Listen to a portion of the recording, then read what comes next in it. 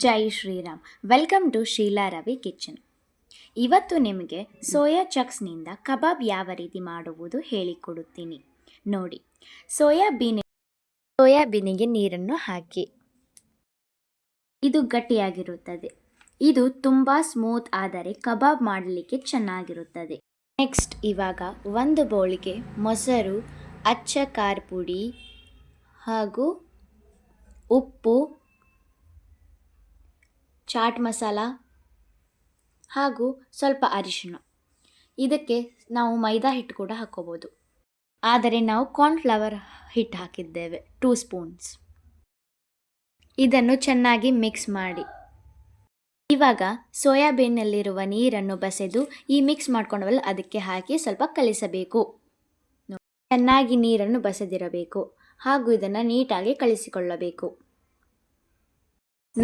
ನಂತರ ಒಂದು ಬಾಳಿಗೆಯಲ್ಲಿ ಸ್ಟವ್ ಹಚ್ಚಿ ಅದಕ್ಕೆ ಎಣ್ಣೆ ಹಾಕಿ ಎಣ್ಣೆ ಕಾಯುವವರೆಗೆ ಒಂದೊಂದಾಗಿ ಬಿಡಬೇಕು. ಆಮೇಲೆ ಎಲ್ಲ ಹಾಕಬೇಕು.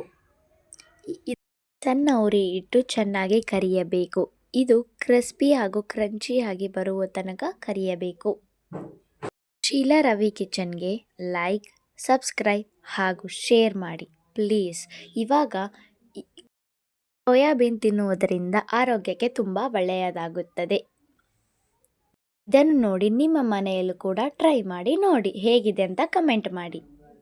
ಆಗ soybean kebab ready. Thank you much. Please subscribe and like.